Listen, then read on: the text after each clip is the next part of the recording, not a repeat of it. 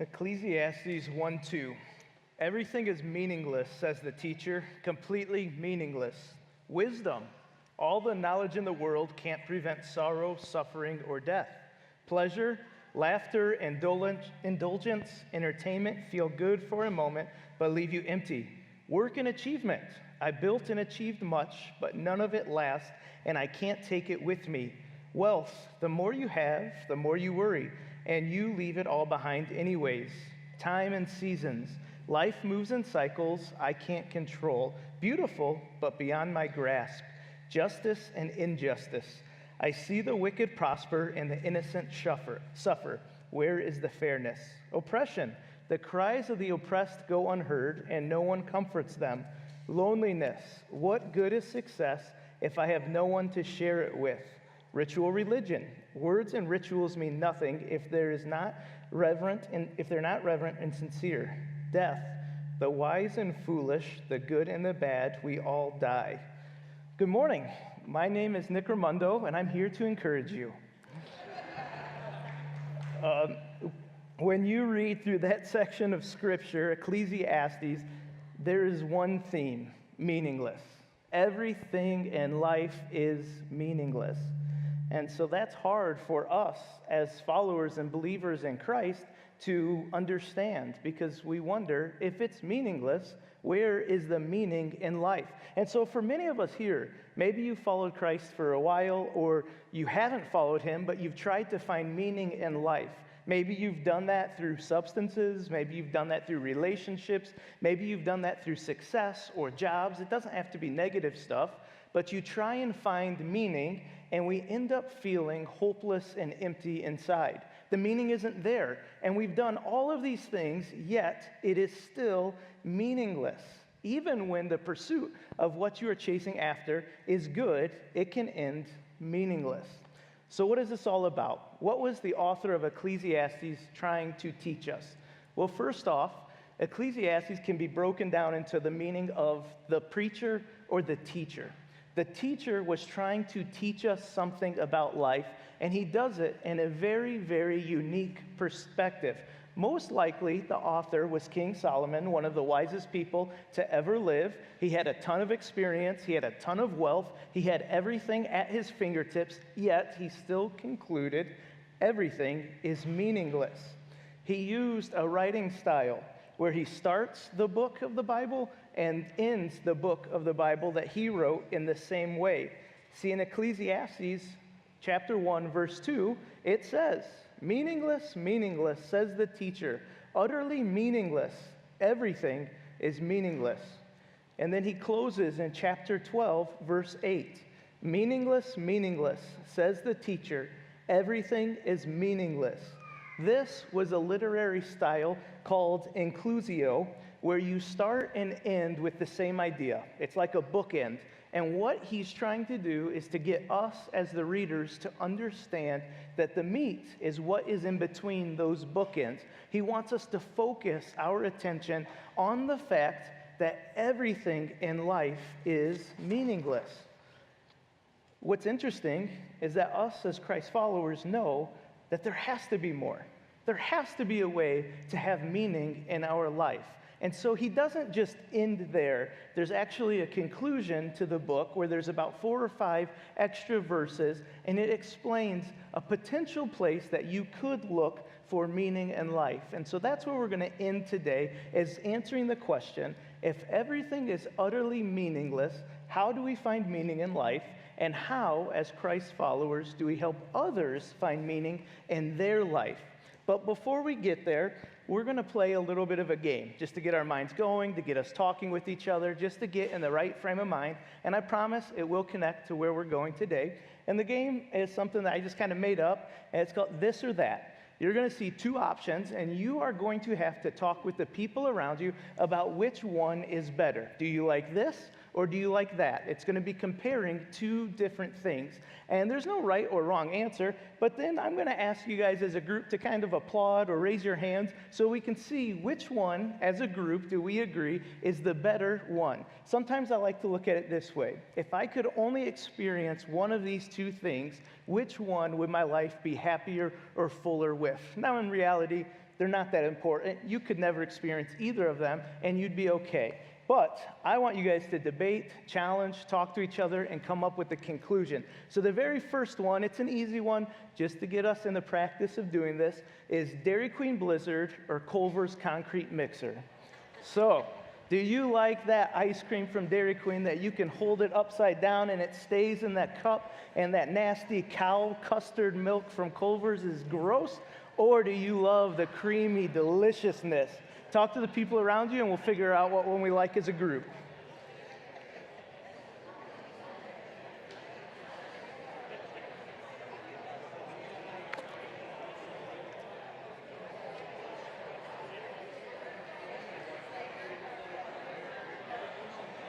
All right, gonna be honest, I thought that there wouldn't be a ton of chatter, but it seems like we're passionate about our ice cream. So that's great. Go ahead, let's round of applause. Who likes Dairy Queen? Yeah! Round of applause. Who likes Culver's? Sounds like Culver's won that one to me. Next, Netflix or YouTube? If you could only have one of these in your life, which would you have? Are you an originalist that was submitting for the Netflix DVD to be sent to your house?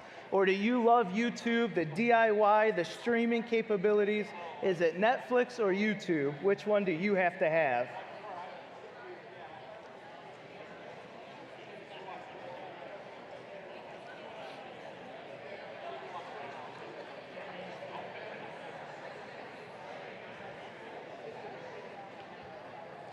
All right, if you said Netflix, let me hear you. And then what about the YouTubers? Sounds like YouTube took the cake on that one. Now this next one I think is generational, and so there could be some conversations. Which one is the GOAT, LeBron James or Michael Jordan? If you could only experience one of these incredible physical specimens, which one would have it been? Turn and talk about this.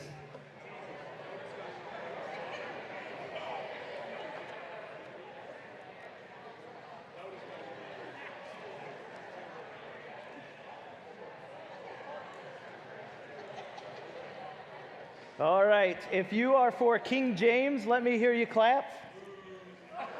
All right. And then, of course, it is MJ. No matter what, he's the best. Yeah. Both incredible athletes, but Michael Jordan changed everything. So I agree with that one completely. The next one, Friends or The Office? If you could only watch one of these shows, which one of these changed your life the most?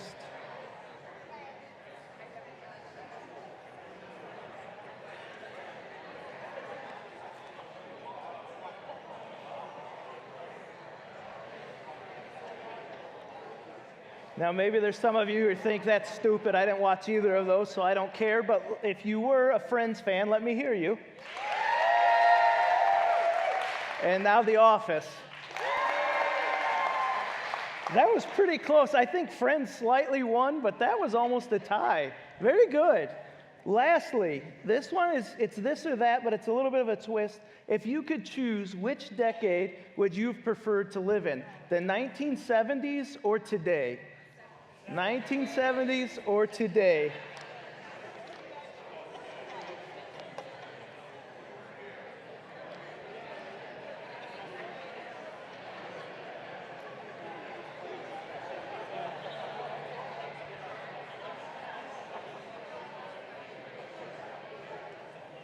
All right, so how many of you said 1970s? How many say today? All right, we have some young people in here, but the 70s obviously took the cake on that one. So thank you guys for doing that and participating. There is a reason why we did that. There's another one that's not really debate, so we're not going to talk about it, but it's the more churchy type question to get us back on track of where we're going today. And it would be, what would it look like if we looked at the church today versus the church in the past? I think that there's a number of people that would probably say the church in the past was a better place to be, that the church in the past held different values, there were more people engaged, they showed some sort of connection into almost all of our life, and the church today has kind of just gotten off course a little bit as far as its cultural impact in the world that we live in. But I think the reason that we look at these things and we hold so tightly to them is because there's a little bit of a nostalgic factor. Sure, you've probably had bad experiences at both Dairy Queen and Culver's, but for some reason, there's a memory that connects you to that place. And so when we talk about things like the decades and we look at them, I can easily see how someone would say, oh, I love the 70s. Growing up in a time where we stayed out all day playing, riding bikes, listening to great music. It was simple, it was safe, it was fun. The world we live in today will never understand the good old days.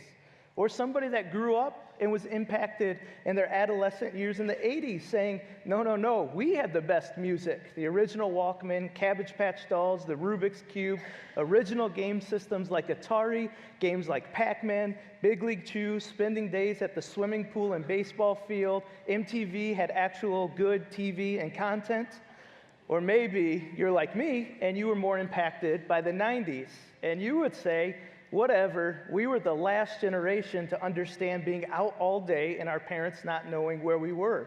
We rode bikes all over town and enjoyed Snick at Night, TGIF, Hanging with Mr. Cooper, incredible sitcoms, the rise of video game system, the internet, no phones, and it was the best. Or maybe your childhood was impacted by the early 2000s, and you'd be like, I don't even understand these old farts in the room right now. Our childhood was amazing. YouTube started, really good game systems like Wii and PS3 came out. Everyone started having cell phones. The iPhone came about. Music was easier to stream than ever before. We spent Saturday morning with SpongeBob. Dial-up started to go away, and fast or high-speed internet started to come on the scene. We were rolling through the halls on our Heelys, Dance Dance Revolution and Lady Gaga, and don't forget, we had the Harry Potter series come out during our decade. Or maybe you are a teen now and your life is being impacted by the culture around us. And you would say, anyone born in the 1990s or older is old, and I don't even want to hear from them because they're not relevant. Our world is amazing. We have the fastest internet, iPads, iPhones, access to as much information as we'd like. Gaming is amazing, whether you like consoles, PC, or board games are coming back. We survived a worldwide pandemic at our most crucial years. We can listen to music anywhere and don't even have to mess with the radio. Facebook is for old farts, and we are on YouTube, Snapchat, TikTok, and Instagram. We've started to bring things back like Nike sneakers, Spike Ball, Nintendo Switch Lite, oversized hoodies, and we're making things cool again, like digital cameras, classic rock, and alternative pop rock popular. You are welcome. So, I don't know what generation impacted you, but I guarantee there is some nostalgic feeling inside of you during those formative adolescent years where you are brought back into that moment. You might smell something, see something, hear something, and you're instantly taken back to that simpler time, and it's comforting. Now, there were probably some really crappy things that happened to you during that time, but those kind of go away over time, and you start to connect with those good feelings inside of you. And the truth is, if we were to talk about the church in America today, I think we could say the same thing, that we are at a place where we can look back and say, you know, years ago, people were at church Sunday morning, Sunday night, Wednesday night.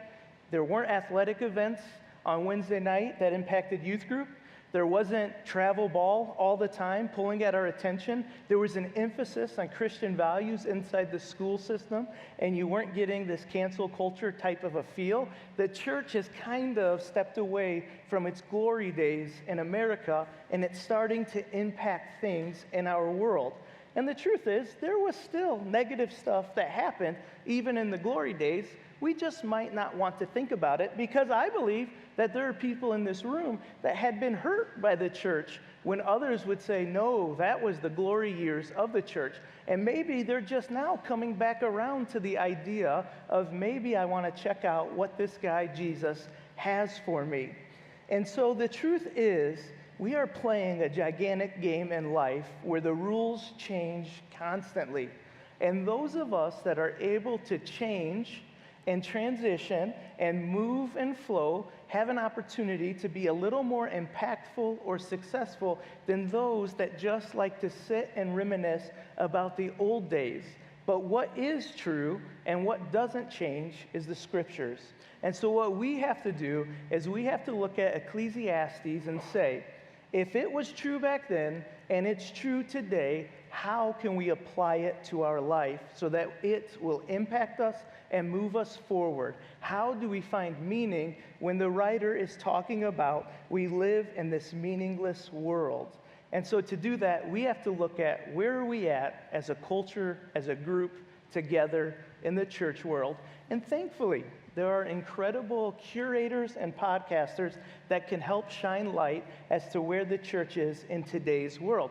And so one of those guys is named Carey Nieuwhof. Carey Nieuwhof, he was a lawyer first, turned pastor, turned podcaster. And as a podcaster, he invites all sorts of people to the microphone and asks them questions. He wants to learn about them, and he wants them to help us learn. And so it's very impactful stuff. As I was reading through Ecclesiastes, I was listening to one of his podcasts by a guy named Mark Sayers. Mark is an Australian pastor who is one of the smartest people I have ever heard. But he's one of those people that he's so smart and he can communicate so well. So I'm sure we all know of people that are so smart and you can't even have a conversation with them because they're just at a next level. This guy knows how to, I guess I would say, kind of dumb down what he's saying so that even I can understand it.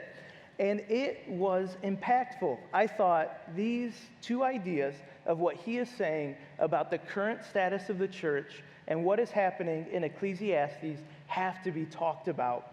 And at the same time, another guy got invited to the podcast named Justin Brierley.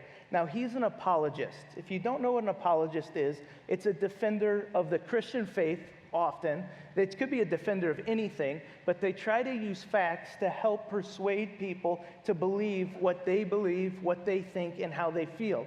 And so for him, what he does is he invites people to his podcast that have different worldviews, have different backgrounds, and they just have an open conversation. And so he was sharing some information that he thought would be helpful if the current world, especially the church world, knew what was happening. And so I'm going to take some thoughts from both of those gentlemen and try and convey them this morning, and then help us conclude a few things by the end of today. Now, it's really important to understand, this is just my opinion. These are two guys that I value, and I think they could be right. I could be 100% wrong. I don't know. But if I were to make a theory or a hypothesis, these are two places that I would start. Number one, if you look around America, we lead the world in a lot of things. People look to us when it comes to elections. People look to us when it comes to, if you want to be honest, whether you're for it, against it, that's up to someone else to debate, but the tariffs impacted everybody across the world. They look to us when there needs to be humanitarian aid. We are leading the march on a lot of different things. But religiously, we're kind of behind a few other countries, especially when it comes to the Christian church. The Christian church is about a decade or so behind the Western Europe church. And so it's kind of a superpower for us because we can look at trends that are going on in Europe and understand this could be where we are headed. The way that they are living, the way that they're talking about God, the way that they're evangelizing could be some of the same roadblocks that we may face. And if we can use it as a superpower and we can adjust our styles, we might have a chance of impacting our community and avoiding a few different headaches that they are walking through. See, the crazy thing is, you have the Western European church, you have the American church, And then you have other countries. My sister's a missionary in the Dominican Republic, and they're about 5 to 10 years behind us. And so right now, if we look at where we were in the past, they would still be there. They very much value evangelism. They're very open to sharing their faith with each other. They're not concerned about being canceled or being hurt. They are open. And if they look to America, they can kind of see the trend or direction that they'll probably go in. And if we look to the Western church in Europe, we can see the direction that we're going in. So it's kind of this whole thing that's flowing with each other, except for there's one piece that I think is going to throw a wild card in it all, and that's globalization. As we become more connected as a world, we're going to catch up to each other a little bit quicker. And so the fact that the Western church in Europe would be considered pre-Christian, meaning it's not really impacting their culture and their world. There's not a lot of people that know about Jesus. There's not a lot of people that are interested in learning about Jesus. And we are in a post-Christian world, meaning even though it might not feel like it, we still value the Christian religion in our country, and it still impacts a lot of the things that we do. People know about it, they hear about it, they understand it. And that's kind of where we are, but we are headed towards this this pre-Christian world where it's dying and getting less and less known and impactful in our world. And there's some things that we can do to help change that trend if we choose to. So let's take a look at some of the trends that are going on in our country right now. They've been going on for probably the past 5 to 10 years or so. One of them was even earlier in the early 2000s, and I think you'll recognize it. But these are some trends that are directly impacting us in America and that we're working with. Number one, institutional Christianity is declining. There's no doubt about it. People are attending church a little bit less. They're a little less connected or engaged. It's just a fact. The frequency that they come on Sunday is less and less. The frequency that they come on Wednesday night is getting spread out. The average churchgoer comes once every 4 to 6 weeks or so, and they would be considered an engaged member in a church. In the past, that's not how it was. You were going every week and sometimes multiple times a week. So this is a trend, and they attribute it to partially a lot of people in America grew up knowing Christian values. They went to church with grandma and grandpa, their parents, whatever it may be. They learned about it in school, and they're kind of like, yeah, I'm good. I know what it's all about. I know the basics. I don't need church in my life. Let's move on. And so that's a trend that we're facing. Another trend that came in really hot in the early 2000s and died out really fastly, and it is impacting us today, is new atheism. So people like Dawkins and others had a lot of ideas about how dumb people are that follow religion or Christianity. And he had bestseller books, and it took off. And there was a lot of momentum behind this campaign that he was doing and others, and then all of a sudden it stopped.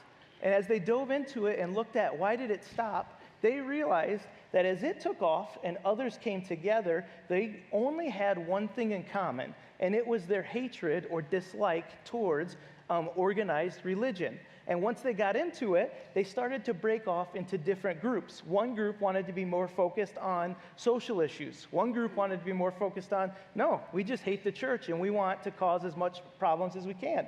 Another group was focused on more LGBTQ issues. And as they did this, they started fighting internally, and they realized there is no meaning in what we're trying to do. There has to be something else out there. We thought if we could remove religion from people's lives, we could look at other meanings in this world, but we're still finding emptiness, which has led us to revivals and influencers. If you look around the country, there are college campuses that are having revivals every year with large numbers of people joining in. There are sports stars and influencers that are publicly thanking God. This wouldn't have happened 5 years ago. They would have been canceled immediately. But people are starting to be more public about their faith, and they're being more interested in their faith. There are influencers like Joe Rogan, who's talking more openly about spiritual elements. Now, it's important to understand that even though they might be talking about spiritual elements, it doesn't always mean they're talking about the Christian church. They're looking for meaning and all sorts of stuff, and that leads us to Gen Z. Gen Z is the first generation to grow up in a world that was not predominantly pushed by Christianity in our country. So they don't have some of the baggage that others of us may have towards church. And they're open to a spiritual element. They're looking for it. They're hungry for something more. In the Western Europe, it could be described as a pre-Christian culture. And I know that here it's a post-Christian culture, but we're kind of crashing at the same place where we're noticing Gen Z is hungry for meaning in their life, and they're open to it. Now, it's important to understand, they're not just open to Christianity, they're looking at all sorts of stuff like mindfulness, astrology, crystals, different religions, mystical practices, all hoping to find meaning in life. And we know, those of us that have given our life to the Lord, that the only way to find true meaning is rooted in Christ. And so they may try some of these different things because they're open to it, but they may continue to feel empty inside. And that's where we can shine. That's where we can do what we do and impact people. So the question that becomes is, how do we do that? How do we become a group of people that offer something to people that are looking for meaning? And so Mark Sayers, one of the guys that was on the podcast, has a book, Platforms to Pillars. Austin's actually reading it right now. I haven't read it, but the content is gold. The idea is we are so focused in America about building platforms for people, and it's a dog-eat-dog world where people on these platforms are changing their views left and right because they want to gain popularity. And what we need is not platforms. We need pillars in our community. We need the first responder who has been engaged in our community for a number of years, has been a go-to person, a faithful husband or wife, a great parent, and we know we can trust that person. We need the cafeteria worker who has come in every day, smiled, asked how you're doing, been there and impacted your life, and you still can remember that person because of how they made you feel. We need the youth volunteers that are willing to come every Wednesday night, even though they don't necessarily get anything out of it for themselves, but because they care and they love this next generation and they want them to meet Jesus where they're at. We desperately need more pillars in our community. We need strong people of faith that can stand up and can lead in whatever capacity it is that has moral and ethical, strong and soundness amongst them. And when we have more and more people like that that are standing up, we have an opportunity to impact people that are spiritually interested and they are looking for something more because they realize you have found that something more. That something more is Jesus living inside of you. And so that's the question that I asked this morning, is if everything's meaningless, how do we find meaning? Well, at the end of Ecclesiastes, in chapter 12, verse 13, it says, "Now all has been heard. Here is the conclusion of the matter. Fear God and keep his commandments, for this is the duty of all mankind." If you want to find meaning in the meaningless, it has to be rooted in God. Everything that you do has to come down from your love and your relationship with Christ. Now, the truth is, there are probably people here who have been searching for meaning, purpose, passion, whatever you want to call it, their entire life and haven't necessarily been able to find it. And maybe you've been angry at the church, you're not even interested in it, but for whatever reason, you have an openness about you right now. I would challenge you. If you want to continue to work through this and to find meaning, it's going to take you being open to it. You're going to have to find a way to just ask God, God, I've never chosen to follow you. I have no clue what you're about, but I'm here. If you love me and you want to know me, I'm here. I want to meet you. You might have to open up the Bible and read a book that looks like it makes no sense to you.